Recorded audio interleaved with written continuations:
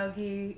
Samantha here from Welcome Om Collective, a virtual yoga studio bringing you balance, mind, body, and soul. I'm here today to introduce you to some props that we use here at the collective to support us in our practices. So we'll start with the most supportive props. So here we have a bolster and a blanket. These two props will come in handy when you're in resting postures. So think of postures like Shavasana when you're laying down on your back. This can support and open up your heart, or come down to your lower body and be a nice support underneath the knees to just bring your lower back some ease and comfort. Blankets, I say just bring all the blankets you have. If you don't have a bolster, your blankets can be turned into one just by rolling them up. Your yoga teacher will guide you how to do that in your practice. But your blankets are here to keep you warm, to give you that extra bit of support, whether you're seated or you're moving through your practice. Maybe you're in a meditation. The sky's the limit, and we want you to be comfortable. So your bolster and your blanket are going to be really great, comforting props in your yoga practice. Same as your meditation pillow and your meditation cushion. These two props are great when you're practicing meditation, pranayama, or even yoga nidra. So we have these props here, again, to just provide that little bit extra support in our yoga practice. All of these props here can be used interchangeably and can be used in lieu of each other in the event that one is missing from your toolbox of yoga props. Next, we have yoga blocks. Yoga blocks are great to bring the earth closer to you, to provide you with that little extra bit of support, and can be used in 3 different heights: high, medium, and low. So you have lots of options there as well. And then last but not least, we have our strap and or resistance band. So if you happen to not have a strap at home, you can always use a resistance band, either one that is looped or one that's open-ended to simulate your yoga strap.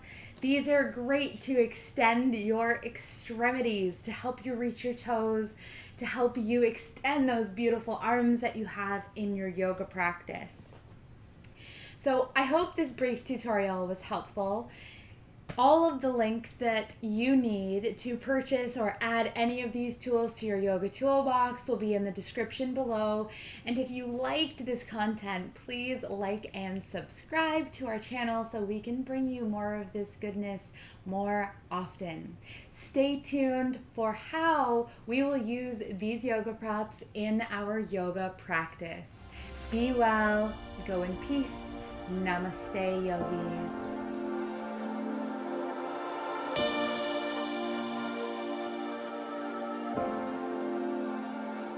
Welcome back. I'm going to give you 3 ways that you can use your yoga blocks in your yoga practice. So your yoga blocks are very versatile. They can be here to support you in a restorative posture, one that you are resting in, or they can be here to help bring the earth closer to you in the event we have some tight muscles that we're working with. I know a virtual practice isn't always the same as practicing in person, but we're here to make this practice accessible for you no matter where you are. So let's use the blocks in a very restorative way.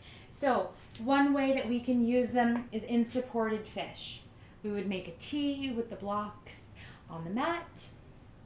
One block will go vertically to support the spine. The other block will go horizontally to support your head. When you come down onto your props, you're going to sit your bottom in front of your props. So as you sit down in front of your props, make sure that you're starting your vertical block right around the bra line or the bro line. So then we're allowing the props to support us in the best way possible in our yoga practice. And then as you drape your body over the props, you may need to adjust so you are in an optimal place of comfort and ease. Now, if you come into this place and you realize that maybe the height isn't quite right, just take a moment to come up and adjust your height to support you in the way that feels right in your body. The vertical block may not feel good, in which case you can bring both blocks horizontal. The second horizontal block will be across your shoulder blades, and the first one will be there to support your head. Another way we can use our props is to open up our hips. So I really love a good hip opener. So I would come into a nice restorative posture down on my back, open up the knees, feet together.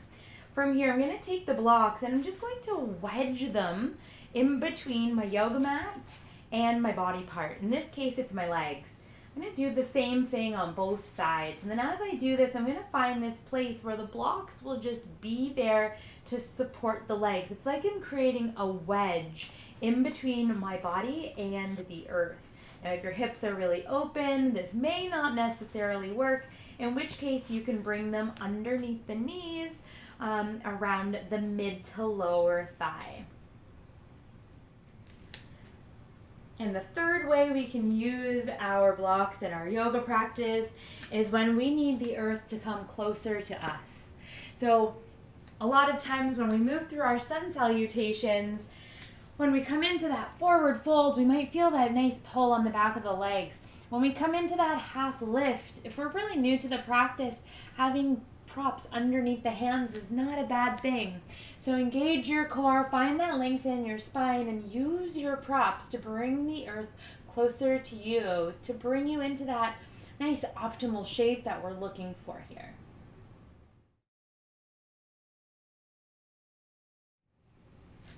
All right, ways to use the strap. Now we can do this standing. Dancer's pose is a great one, but we'll just do our hand to big toe pose, Uttita Hasta Paragushtasana. Now, in the event our hand can't make it to our big toe, we'll use the strap to help get us there. Now, you can approach this from the earth, stepping on the strap with the ball of the foot. This is the toughest, or one of the toughest parts of the feet. So this is where we want the strap to be placed. And then you can just come about halfway down the strap, right about around the kneecap.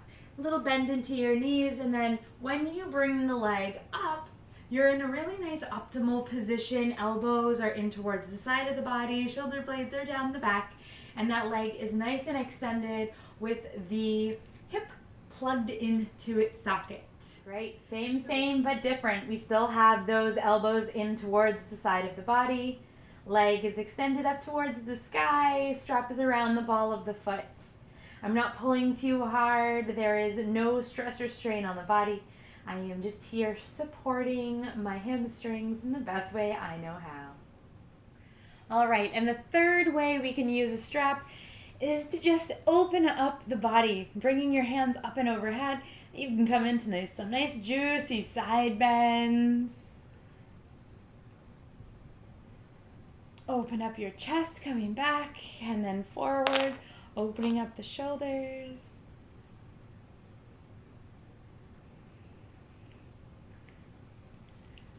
Your strap is going to come in handy at different parts and different times of your yoga practice. If you're a beginner, just be gentle and be kind to your body. And don't forget, at the Collective, every Saturday, we have a free class for beginners. We encourage you to come out to try something new and to get uncomfortable, get that body opening up to allow your heart to open. Here we are with our bolster. Our bolster is a really great tool to help just bring some ease and space into our yoga practice.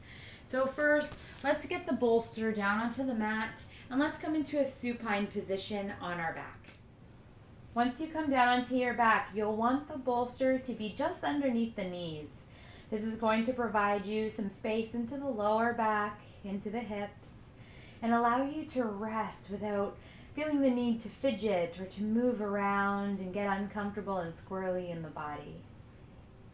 This is a great prop to use in Shavasana. Another way I love to use my bolster is just like we did with our blocks in a supported fish. This is a beautiful heart opener, and it will be a little bit more gentle on the body as compared to our yoga blocks. To get set up, you'll sit in front of your bolster, allowing it to just touch the sacrum, and then you'll just drape your body over the bolster, allowing your heart to open.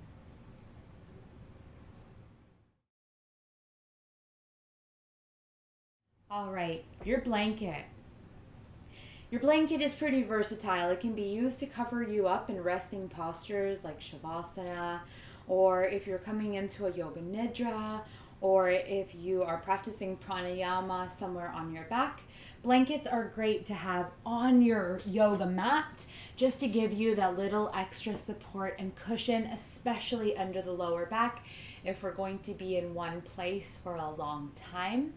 And then having another blanket over top of the body would just be the juiciest relaxation posture that you could come into. Another thing that we like to do here at the collective with our blankets is turn them into bolsters. So, not everybody has all of the yoga props, but everybody has at least one blanket at home. So you'll get your blanket and you're going to bring it onto your mat. Once you bring your blanket onto your mat, we're going to fold it, and then you're going to simulate the shape of a bolster. And what that's going to do for you is it's going to give you those same options that the bolster provided for support either under your knees or along your spine without having a physical bolster in your space. Blankets are also great for you to prop up your seat. Nice and supportive, and really great for your hips. All right, and last but not least, we have our meditation cushion and pillow. This is one of my favorite props that I have in my yoga toolbox, especially when it comes to meditation, pranayama, and even my cushion has replaced my bolster and my blanket in a yoga nidra practice or in Shavasana and my asana practice. So the way this set would be used is that the cushion is there to provide a little bit of lift, and the pillow is here just to provide that little extra bit of comfort as I sit here and meditate. Here I am using the half moon or half circle meditation cushion. This cushion is great for me because my hips are a little bit more open, so this gives me the exact lift I need in my body to provide me with that long, strong spine, nice open hip posture, and comfort to stay in those seated positions for longer periods of time. There are also full rounds that you can invest in that are a little bit higher for you in the event your hips are a little bit tighter. Okay, yogi, I really hope that you enjoyed this tutorial on how to integrate props into your practice. Make sure you have a few of these props on call at all times. So in the event you just need that little extra bit of support, your props are there for you.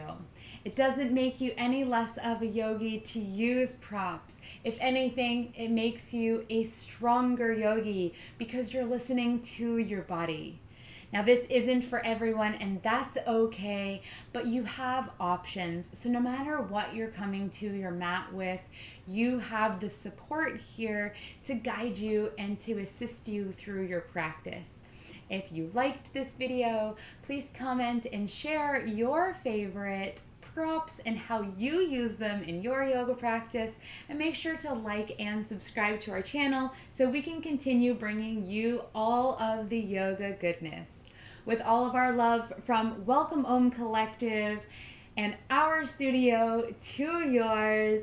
Namaste, yogi, and we will see you in the collective soon.